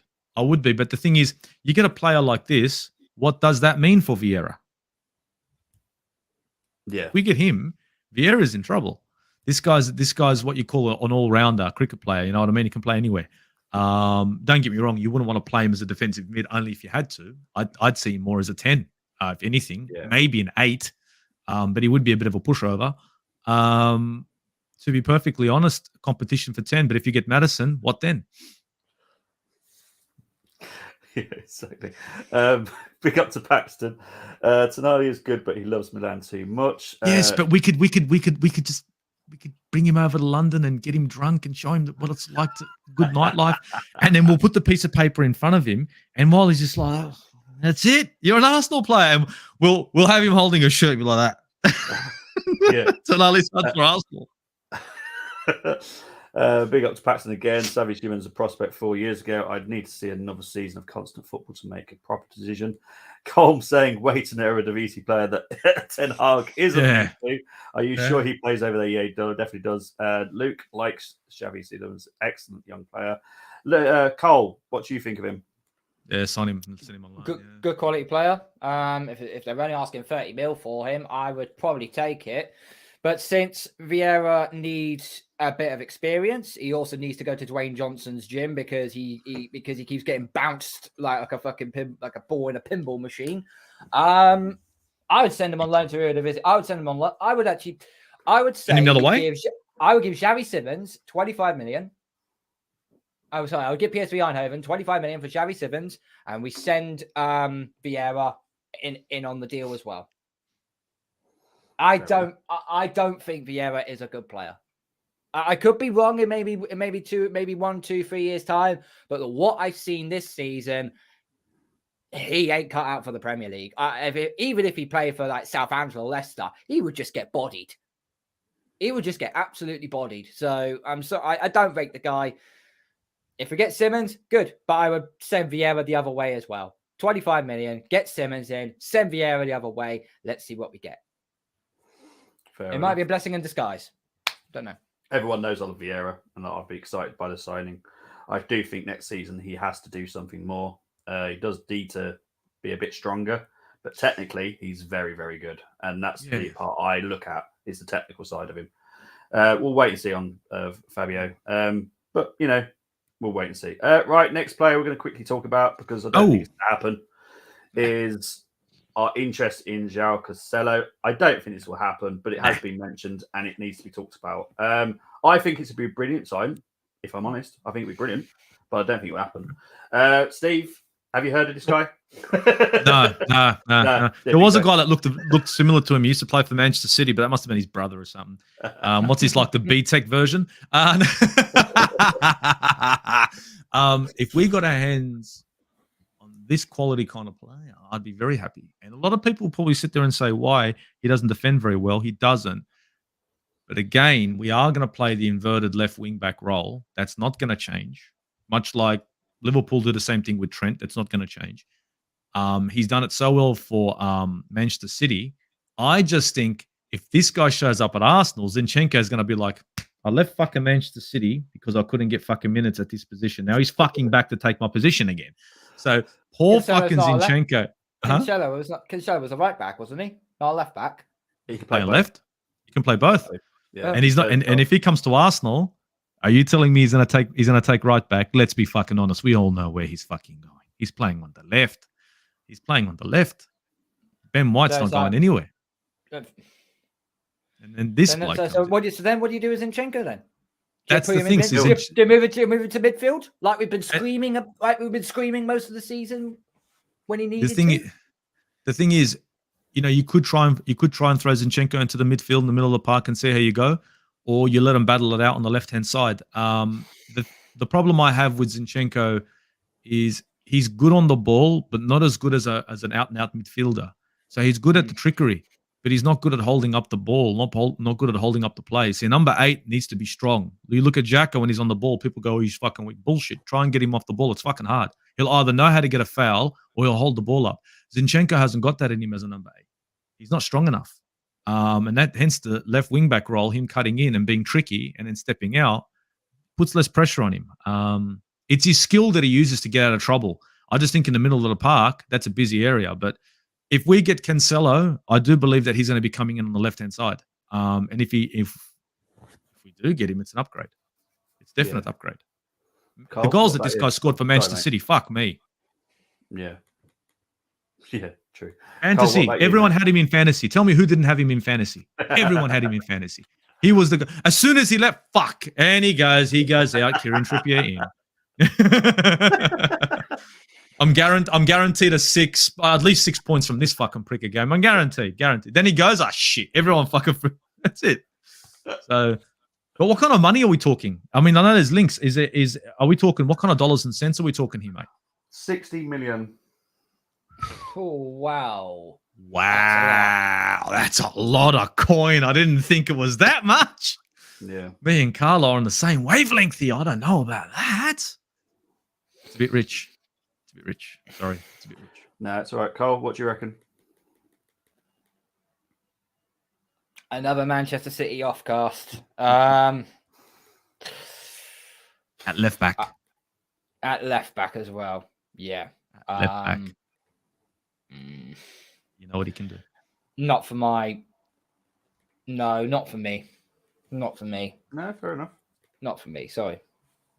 Mate, never need to apologise. Everyone will think about football differently. I think Cancelo is a very, very good player, but it is sort of like an upgraded version of Zinchenko, but 60 million.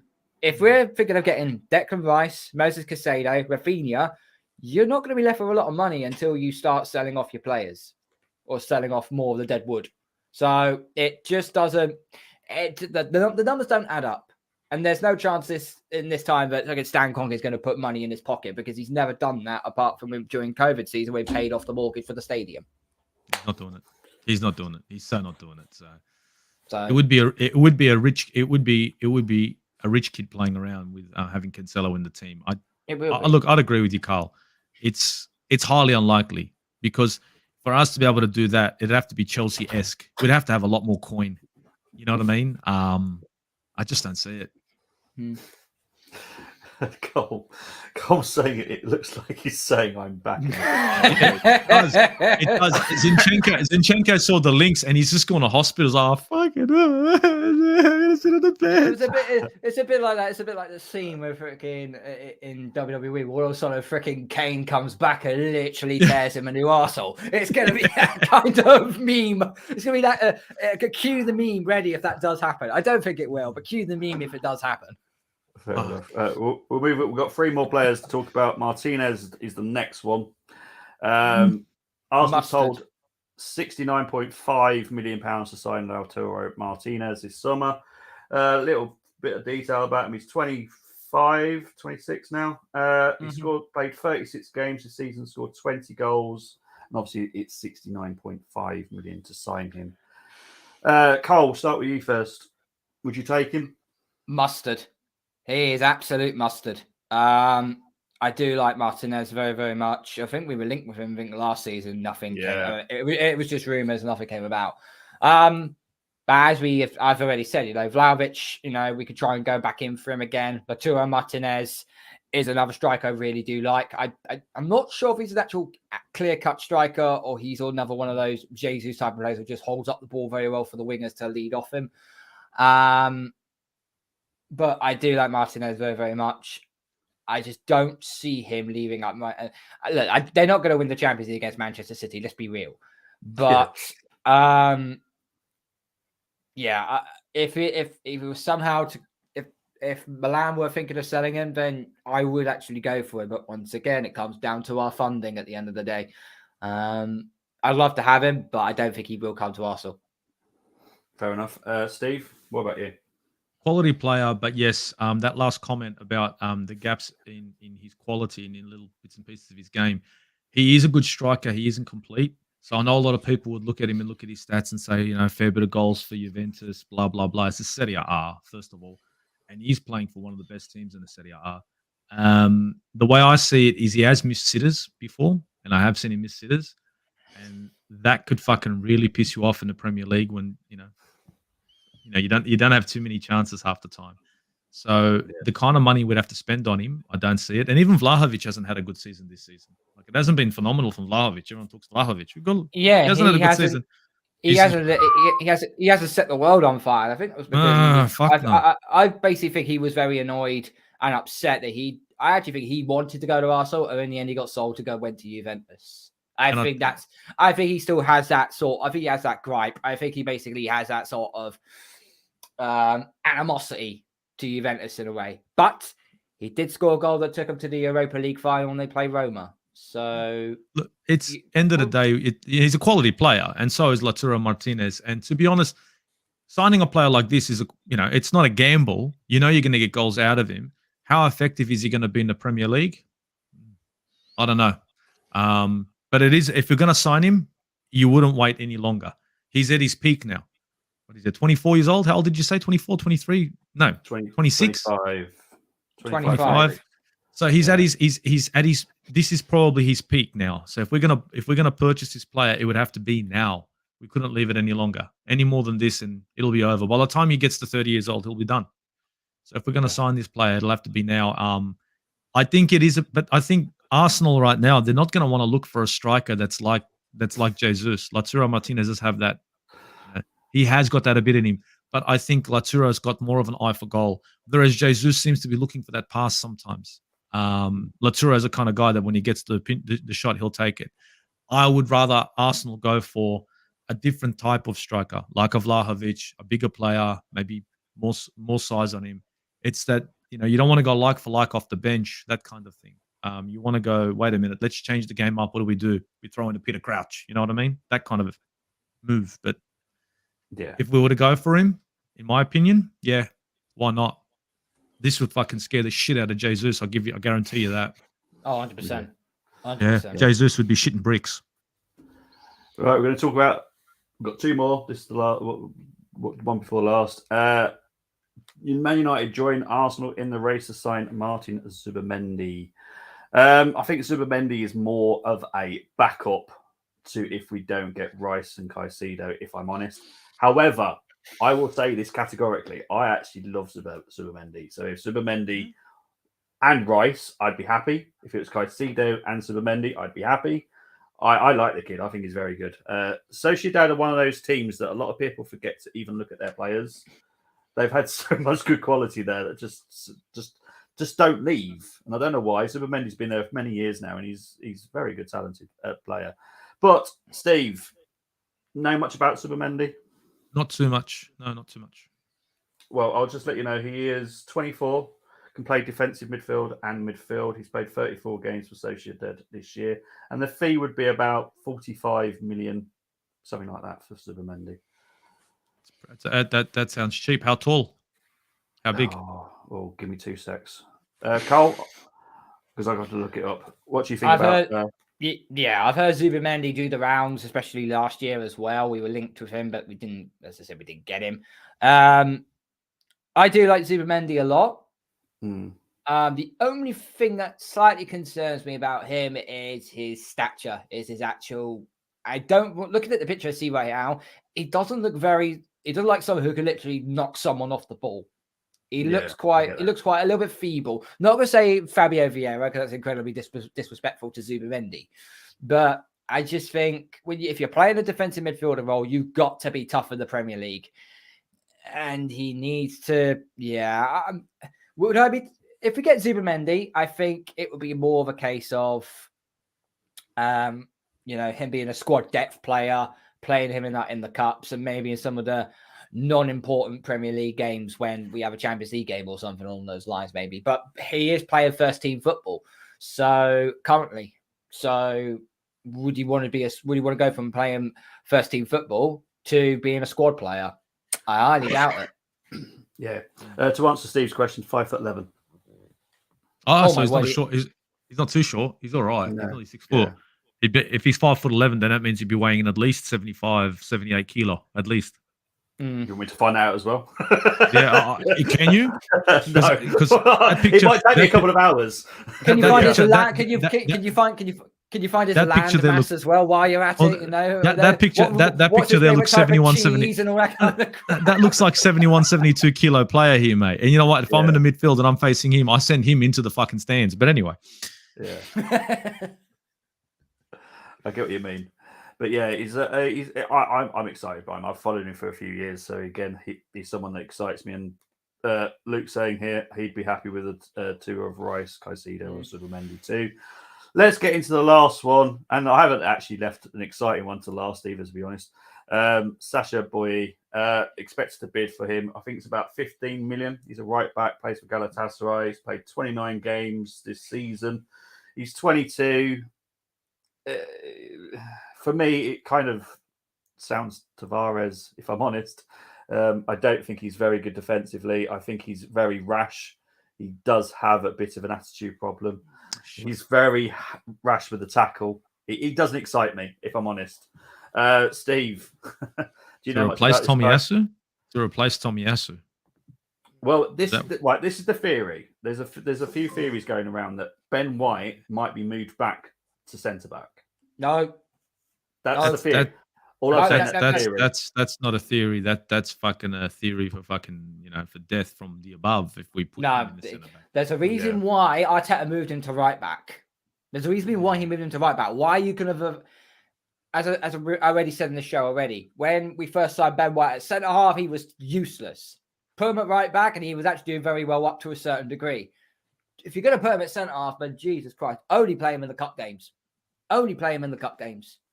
That doesn't make any sense. Yeah. Look, we're not 100% sure. Me and James will do proper streams when the season ends. We'll know more stuff. I will hear more stuff. I'll pass that information on when I know it. What I will say is there was a tweet that came out today on Twitter about Odegaard. I announced that news last week on the Arsenal News. So the stuff that I do here is pretty concrete, and I hear it before Romano or AFTV. So if I hear stuff, I will let you guys know because that's what I do. But Boye, honestly, I don't want to see him, if I'm honest. I want to see quality, man. I don't want to see players. See, remember when I was talking about we've got a good foundation now. Yeah. I don't want to see. I don't. Now you got to I've build got on to top solve. of it. Yeah, now let's build on top of it. We've got the facade. Let's keep going. Let's try and get a decent right back in. I want competition. I want competition for Ben White. And Tomiyasu is a good player, but the injuries have got him, and I'm worried about him. He's a great player. He can play centre back. He can play right back. You know what I mean? But with the injuries, I want a player like Tomiyasu. I'm not going to get one, but I want a player who can play at right back or centre back. And not he could be all right from Galatasaray. Sorry, man. It's the Turkcell. I'm not going to sit there and be jumping for joy from a player from that league. It's not going to be someone massive. For me, I spoke about the right back position last week. I did a fantasy window. I spent like 450 million by selling a lot of players, and I managed to get Osherman. I managed to get Declan Rice in, Caicedo, Diaby as a winger, and my choice of right back was Alistair Johnson from Celtic.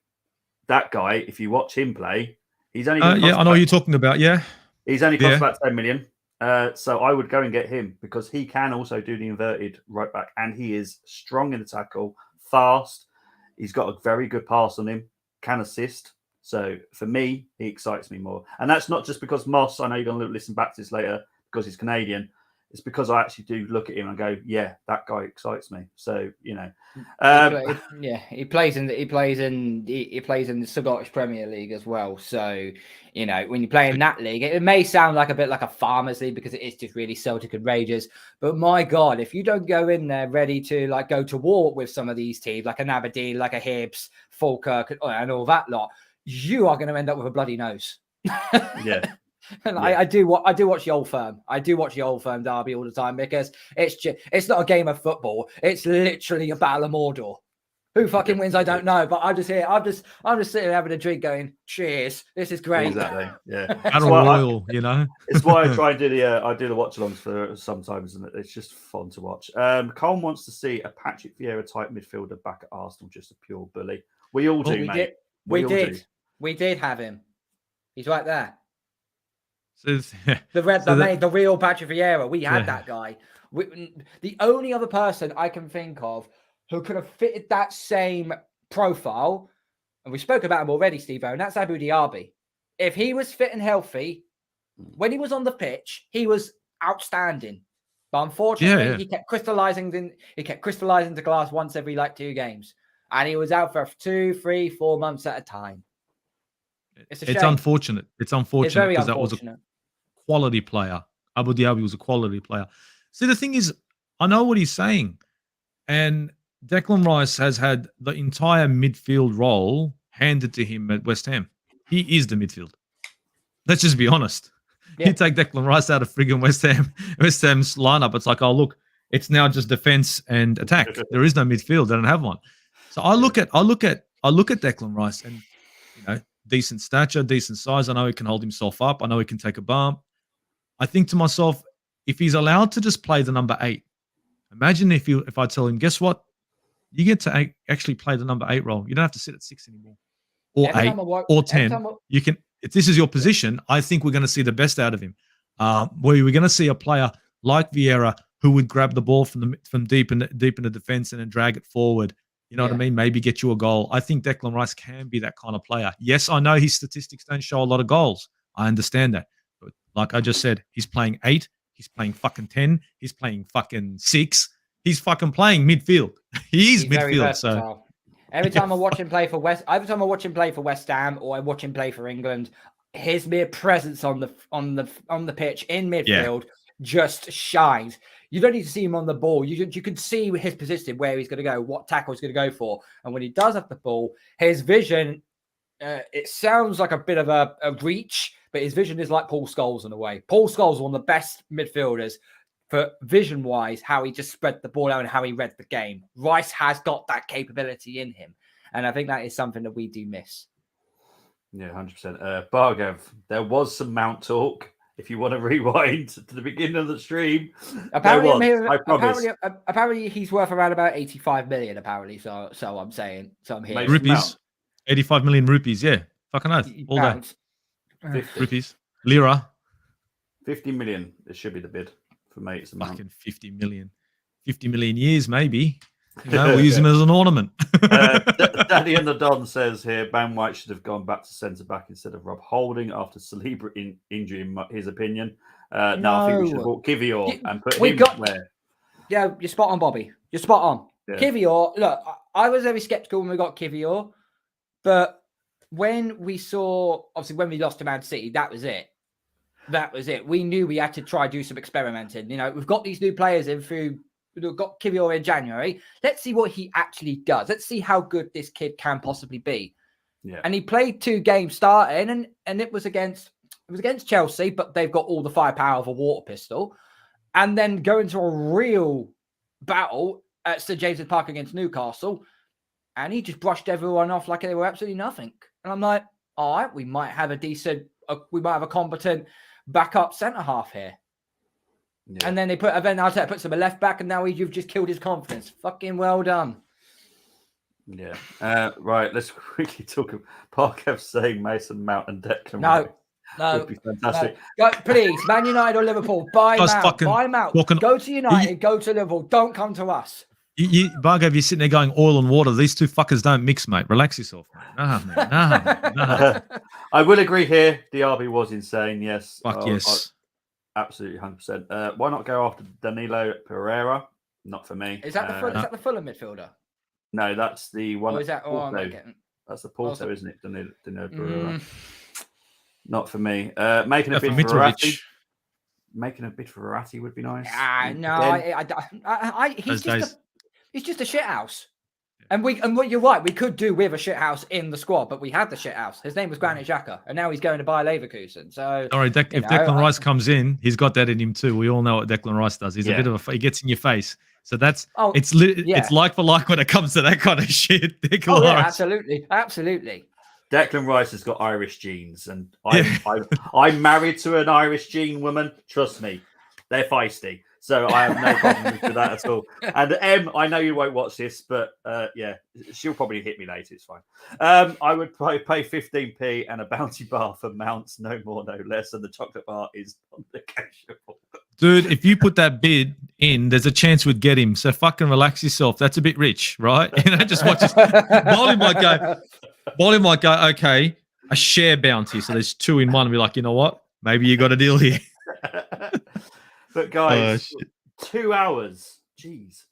2 hours we've been talking now. Really appreciate both you coming on. Cole, where can they find you, mate? You can find me on Twitter, KV Sports 31. You can find me on my YouTube channel, KV Sports. I do a lot of Arsenal FC content, and I do New England Patriots content as well. Apologies to my subs and my followers. I have been away for the last 2-3 weeks due to personal issues. I will be returning after the Wolves game for a season review or a post-mortem review, shall we say, of the season that we've had.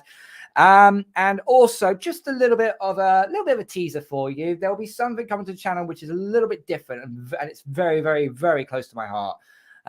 So I'll keep posted on that one as well. Oh, and also one last thing as well. Big happy birthday to my little boy Georgie. He turns 2 today. I'm picking him up from school in literally about 2 hours time. So happy birthday to my little boy Georgie. There we go. Wonderful stuff. Steve, where can they find you, mate? Well, again, Carl, honestly, happy birthday to the young one, mate. To be honest, you'll find me on the Aussie Gooner channel. Yes, I've been missing for a while too, but work is work, and unfortunately, YouTube ain't paying yet. So, you got to do what you got to do. But again, I'll be doing the same thing as Carl doing at the end of the season. He's wrapping up the season, blah, blah, blah. You'll find me on Instagram. You'll find me on the Armoury TV. You'll find me on the Aussie Gooner channel. You'll definitely find me in the football capital, because I'm always going toe-to-toe with the Man United man. And you might find me in Australia here and there, hanging out in the corners and that. Big up to both of you. Big up to George as well. I hope he has a wonderful birthday. Funny enough, my son's birthday is in about 3 weeks' time, so we've already started to do planning birthday presents. How old? Blake will be 10. So, yeah. But he's autistic, and I'm autistic as well. So it's very difficult. We have to plan it like strategically for his birthday. So it's one of those really tricky ones, because you have to be precise with presents, absolutely precise. And yeah, it's just tricky sometimes. But I wouldn't change him for the world. He's absolutely awesome. Why on earth? Fucking agendas. What the hell? What have we said about this? We haven't said shit. We hooked one, guys. We haven't said shit about Rob Holding, but since you've brought him into the mix, We haven't said a word. mate. Said a word. 2 hours. We've hardly said his name. Rob Holding signs a new 4-year contract at Arsenal. We're all happy about it. Are you happy now? I'll drink to that. Look, Yeah, no. we'll get into the nitty gritty over the next few weeks with James and myself, and I can do the Arsenal news. I will be back on Friday to do the Arsenal Wolves preview. I haven't managed to find a Wolves fan that is willing to talk to me for many reasons, I believe, because they go through a few issues themselves. You can read it in the papers if you don't know what I'm on about. And I live right by the Wolves fans, so trust me, it's quite easy to find them, but they're not willing to talk to an Arsenal fan at the moment. So if you go to the supermarket and you grab one, they realise you're an Arsenal fan, they run. Oh, fuck. Well, funny enough, my local supermarket is right next to the Molyneux. Oh, no. I live here. Oh, It's that close. I can see the North Stand from my window, and Asda is literally next door to it. So, yeah, no matter what, I bump into it. But I will be back this weekend with massive streams. I've got Saturday, I've got the Championship playoff between Luton and Coventry. On the Sunday, I'm doing Carlisle versus Stockport. Then I'm doing all the final score with Moss at 4:30. And on the Monday, I'll be doing Barnsley versus Sheffield Wednesday. Yes, Colm, I am doing the Yorkshire Derby for the League One playoff. And Tony's to say hello, boys. But guys, really appreciate it. It's been a 2-hour stream. Got plenty covered. Talked about plenty. It's been an absolute pleasure. Now my Amazon is now going off as well. Right, guys, take care. Come on, you Gunners. Take care, everyone. Bye-bye. Uru, guys. Uru.